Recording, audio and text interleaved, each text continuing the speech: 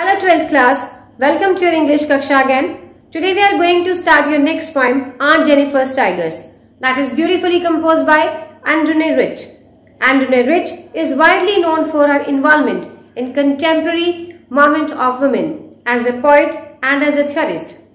In this poem, Aunt Jennifer's Tigers, she also shows oppression of women, and Aunt Jennifer is the main character of the poem, who is a meek, submissive and timid wife.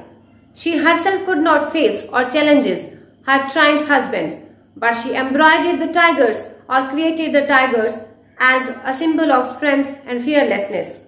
That is very opposite to her own character. In this poem, we will read more about Aunt Jennifer. Watch the video very carefully because line-to-line explanation is given to you and literary devices are also explained. And don't forget to subscribe. Thank you. Aunt Jennifer's Tigers is the poem that is penned by Androne Rich. Let's read about the poet. Androne Cecily Rich is the full name of the poet, who was an American poet, essayist and feminist. She was the most widely read and influential poets of the second half of the 20th century who bring forth oppression of women and lesbians to the forefront of poetic discourse. Widely read means most of the people used to read about her literary work. And one more word is there, oppression. Oppression means the cruel treatment that was given to the woman at that time. All the things she has taken in her poetic work. Now we will see what is given in this poem. In this poem, the poet brings out the miserable plight of a married woman on common household. Two main symbols are the tigers and the screen. Basically, these two things are used to describe the whole scenario of the poem. Tigers represent creative energy of the woman and screen shows the range on which the creative energy works. So let's see what is given in this poem. Stanza 1. Aunt Jennifer's tigers prance across a screen, bright topaz denizens of a world of green. They do not fear the man beneath the tree. They pace in sleek chivalric certainty. If we will try to find out the rhyming scheme of the stanza, then how we will pick it out? Aunt Jennifer's tigers prance across a screen. It will be A. Bright topaz denizens of a world of green. Screen, green. A. They do not fear the man beneath the tree. B. They pace in sleek chivalric certainty. It is also B. So this stanza is having AA, BB as a rhyming scheme. Right? Now we will see what is given in these lines. Aunt Jennifer's tigers prance. Prance means to move with the high steps. बड़े बड़े कदम लेके चलना. Right? Bright topaz denizens. Topaz. Topaz is yellow color. Or you can say a transparent yellow mineral, pukhraj, जो नग होता है pukhraj, that is called topaz. Denizens. Denizens means inhabitants, nivasi. Pace. Pace means walk with slow regular steps, धीरे धीरे चलना. Sleek, smooth and elegant, शानदार. Chivalric, polite and helpful. And certainty, you can say confidence. So what is given in these lines? Aunt Jennifer's has embroidered some tigers on a screen. Here it is given Aunt Jennifer's tigers. It means Aunt Jennifer's has embroidered some tigers on a screen.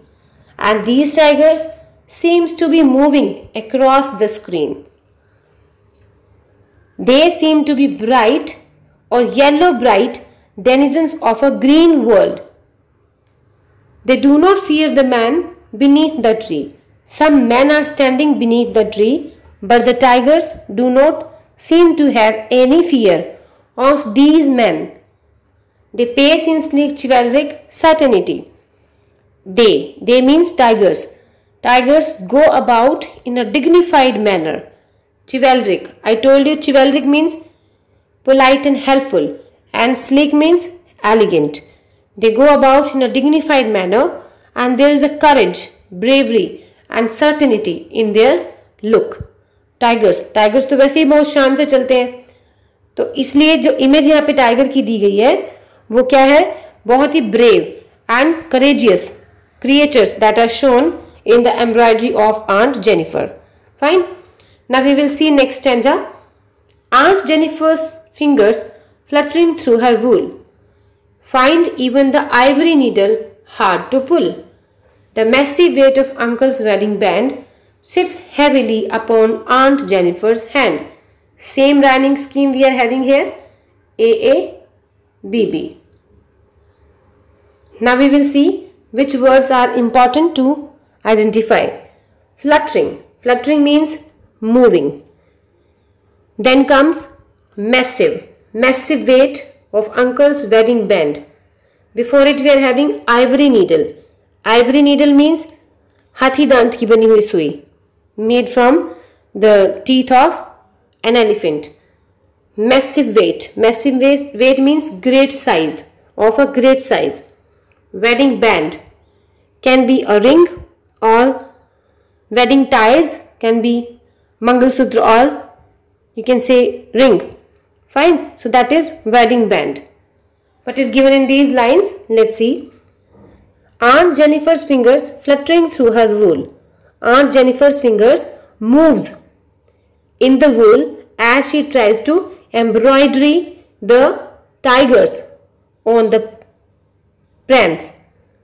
She finds it difficult to pull even the ivory needle through the wool.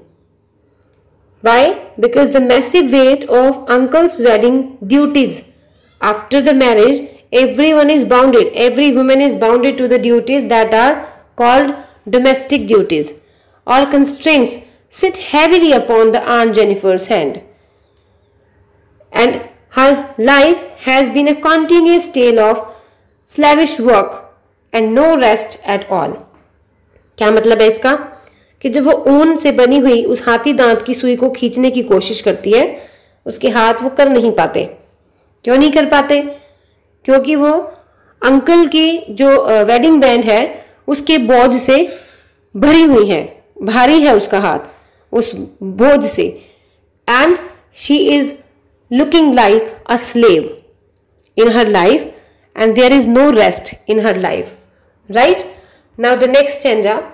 When aunt is dead, her terrified hands will lie, still ringed with ordeals she was mastered by. The tigers in the panel that she made will go on prancing proud and unafraid. Terrified. Terrified means frightened. Ringed with. Ringed with means surrounded by. Ordeals, difficult.